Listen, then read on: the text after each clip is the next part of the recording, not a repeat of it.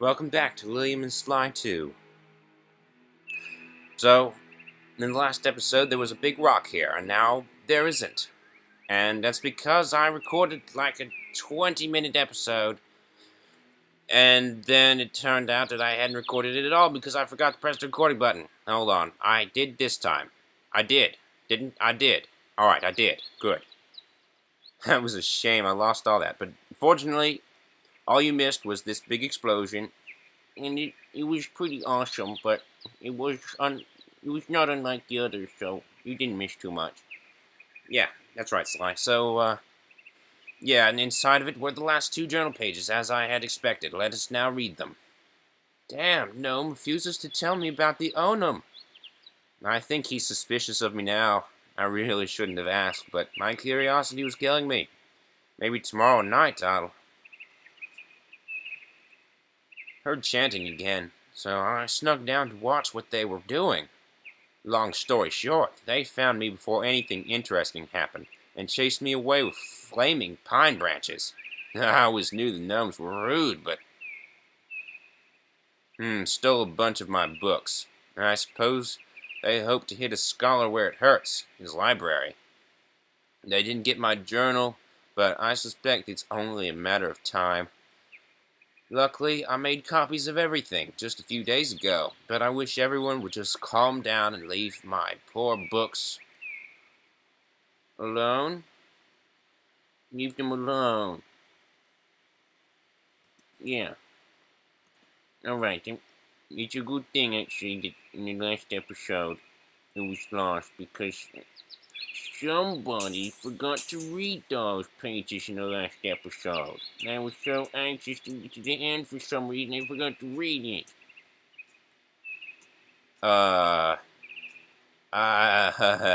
Don't know why you're looking at me, Sly. And why are you looking at me right now, huh? Don't you dare look at me. Alright. Unfortunately, the ending is just actually a shame here. Just a sec. Hey, this should be enough to revive my journal. You ready to call it a day? Press down to finish. And fini. I told the fox how to break the dissolution spell, and I think he's forgiven me. He helped me get my journal back at least. The gnomes know I helped him. They don't. They don't know I helped him, thankfully. But I think they've given up on the spell. I heard them calling the fox Mushroom King, and Gangden even brought him a crown of toadstools this morning. And I'll admit, it's much more flattering than that sly little mushroom thief, but I suspect this is just some higher form of gnome mockery. The fox certainly doesn't care. He's dismantling the crown all over my floor as I write this. At least now I don't have to worry about any more vulpine revenge. Because you helped all of the Onum, devoured all of the mushrooms, and took all day doing it. You are a caring, bloated, and zen-minded fox. Keep playing, or start a new game for a different result. Alright, well I know that from the last episode, if I press the More Games button, it's just going to take us to the Newgrounds homepage, and well, I can get there. Well enough in my own time. Only one game is going to be played on this episode. I'm not recording. Good. Good. I'm just getting deja vu all over the place, because I already said all of this once. So we'll press continue, just in case I'm not recording. And he says, come back when you're ready to be done. And then I could come back, and that's really what happened there. It's very fortunate I pressed continue, not new game, huh? But if you want me to play new game and try to get a different result, like not be perfect, then I'll do that. But I'm a perfectionist, and, well, I got everything perfect, so I'm happy. For once, I'm happy. And now, let us move on to something completely different. We'll let the birds chirping, we'll let the nature sound stay, and Sly can just stay here. I'll stay here, and I'll listen to what you have to say, to what Locust Paka has to say. I hope I'm pronouncing his name correctly. That's right, Sly. I don't know whether I am either. Lucas Pacha? I have no idea, but I do know I'm going to read his philosophy right here. And here it is, www.lucaspacha.com. Spelled let's see, Lucas, and the Pacha is Paakh. So I don't know if that's correct or not. I hope it is. As you can see here, this is a good bit of art that he made. Well done, Lucas Pacha. That's art and an art. Picture and a picture. It's two pictures, actually. And that's your computer? Neat, huh? That's a neat picture. He's got a blog, other games, which I'll play in another episode series. If you post in the comments, I will do that for you. I may anyway. I enjoyed Lucas Pacha's game, William and Sly 1 and 2 so much I might play his other games just because. He's got good music, though I doubt YouTube would like me posting his music. I mean, he'd probably mind. YouTube would mind. I mean, Google would mind it, right? Google probably mind it because of some copyright. He'd mind it, and I wouldn't want to do anything that he'd mind. Google, I don't care about Google, but he might mind it, and I'd mind minding. I'd mind making him mind, so I'm not going to do that. Book list, that should be interesting. But first, book list, I might look at that. But it'll be probably adhering to his philosophy, which should be very interesting. I'll read the whole thing for you. It's quite a lot, so if you don't want to hear it, you can just be content with the end of William and Sly 2. That was the end. But I think this wraps it up very well. It's good to know where the creator of that game is coming from, and this is his philosophy. Where could a better place be to understand the background to William and Sly than to read the philosophy of the creator of it? And what better background music to have than the background music to William and Sly 2?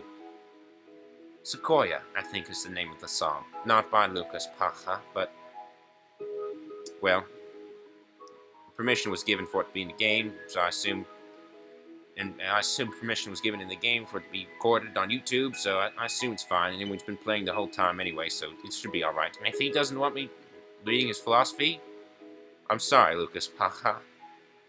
I'm just trying to help your philosophy get out there and be seen by more people. All 5 of them. So let us read. Philosophy. This is a little set of verses I've written up in the past few months to remind myself of things I'd like to remember. It's written like a poem, but I don't think of it as one. It just seemed to come out better this way. I saved it as comforting thoughts.doc on my desktop, so I thought I'd keep the title here.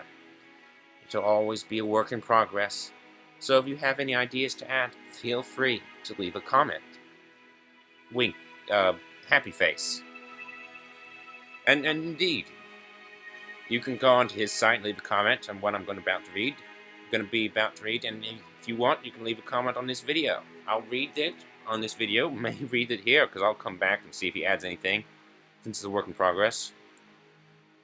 I will say, since I read it once before in the episode it didn't record, that it's very good, so seriously, take a listen.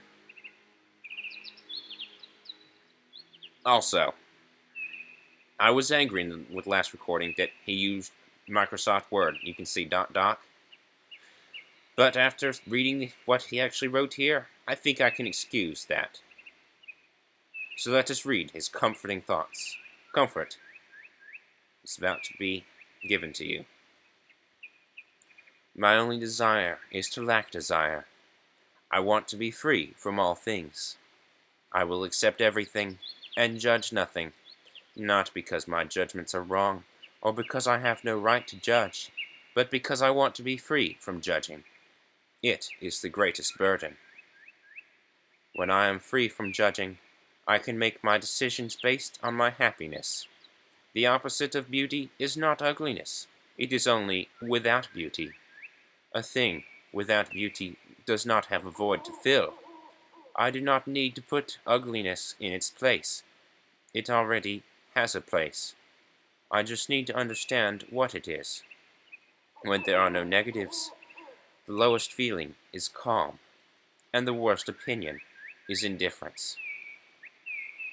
But I want to enjoy everything. My body tells me I'm anxious.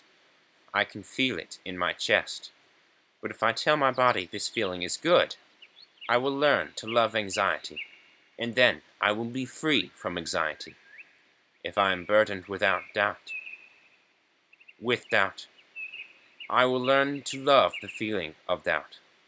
If I am filled with hatred, I will learn to love the feeling of hatred. The mind is free to think without the body.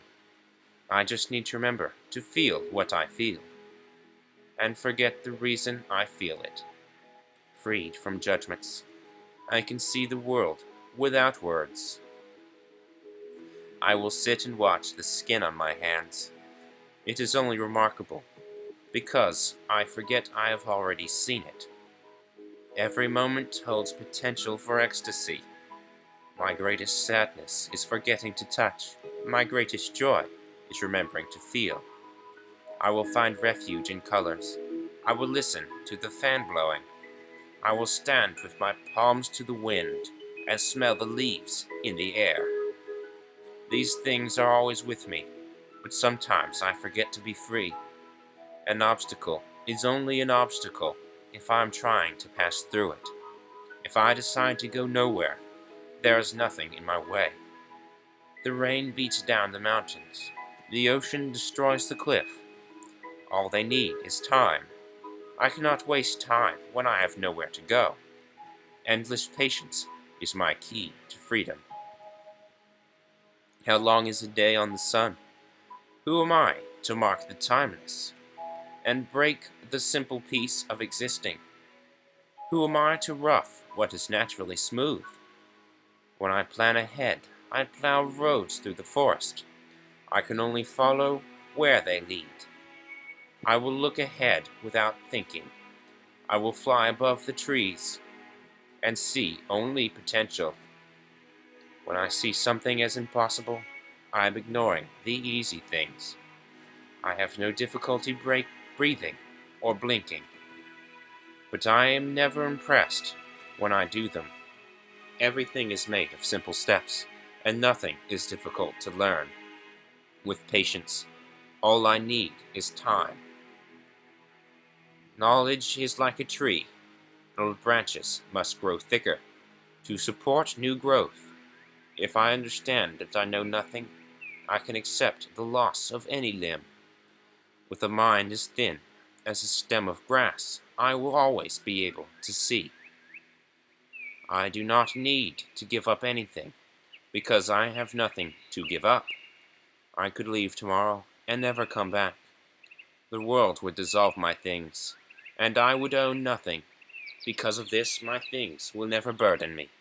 My clothing, my books, my food, they all belong to the world. They are only mine because no one takes them. My house is only safe because no one disturbs it. Even my ambitions belong to the world.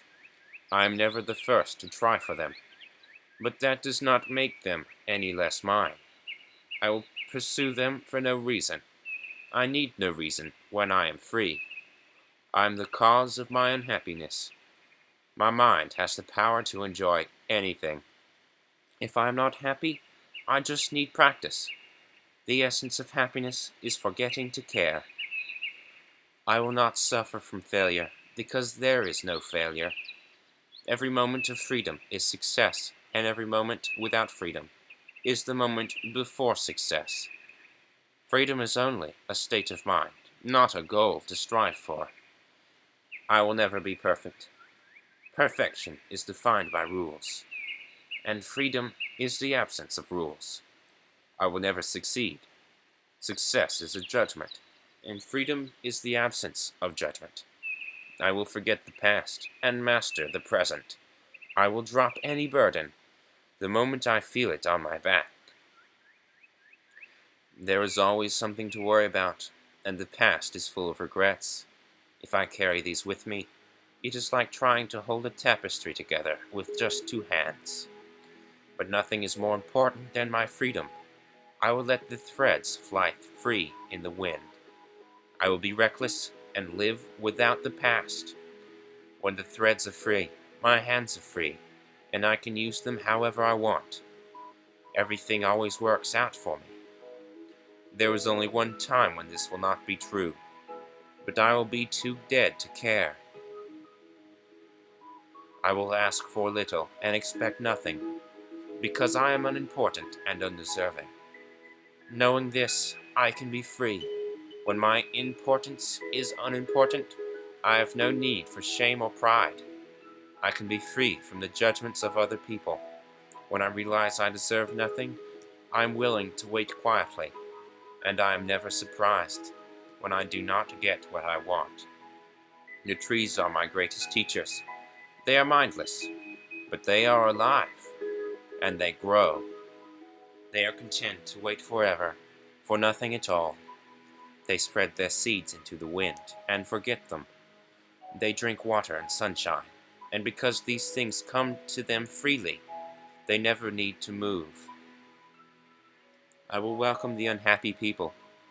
Where better can I learn to be calm than in the face of a raging storm?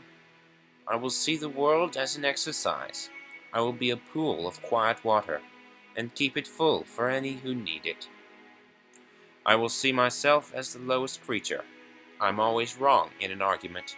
I'm always the cause of a problem. Everyone is better than me in every way. Knowing this, I can swallow my ego and crush it into patience. Like a glowing coal in my chest, it will power everything I do. It will be free from other people and help them clear their minds. They are no different from an angry sea. I cannot control them. I can only stop my own winds and wait for the waves to settle. I will never try to win, because when I am free, I have already won. And being free, I can do anything. Brilliant words, Lucas Pacha. Brilliant words. What they mean, I've no clue. But I'll make it the quest for the next few days to determine what you meant here. I will figure out what you mean, and then maybe I can be free and do anything. I will strive to understand, Lucas Pacha. Perhaps your comments, audience, will help me. Here are some that were given on his website, Lucas Pacha's website. I will read them. Yes. Damn, those are some nice words. I do the same thing sometimes, writing down things in verse, sort of, which I want to remember, and they're usually about similar sorts of things. Eric. Beautiful. Nice to see such awareness and presence. Thanks for sharing. Chuck Finley. Very nice. It reminds me somewhat of Walt Whitman's Leaves of Grass. Don't know why. Yoshi Luma. This is so inspiring. Dan. My only desire is to lack desire. So close and yet so far. Keep trying, or is that the very problem? Winky face. Well, I'm not going to leave a reply, because how can I possibly add anything to such a brilliant non-poem? Comforting thoughts, they are indeed. Lucas Pacha. I look forward to playing your other games, reading your blog, playing your music for me, myself, in my own time. Perhaps reading some of the books on your book list. We'll take a look at that now.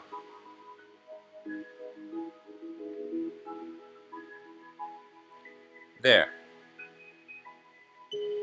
Perhaps I'll read this in another episode. I feel like this one has gone on long enough. I'll read the book list at the end of some other episode. For now, I feel like the philosophy is good enough for the end of William and Sly 2.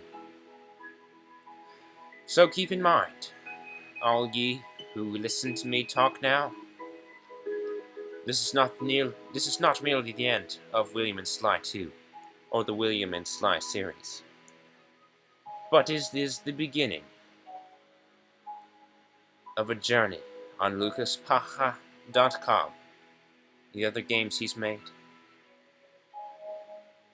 and the other things he's created and added to the world. It is the beginning of a journey. Begin it with me, or perhaps the middle. Begin the middle with me in the next series. I know not which series it would be, but it will begin, that I know.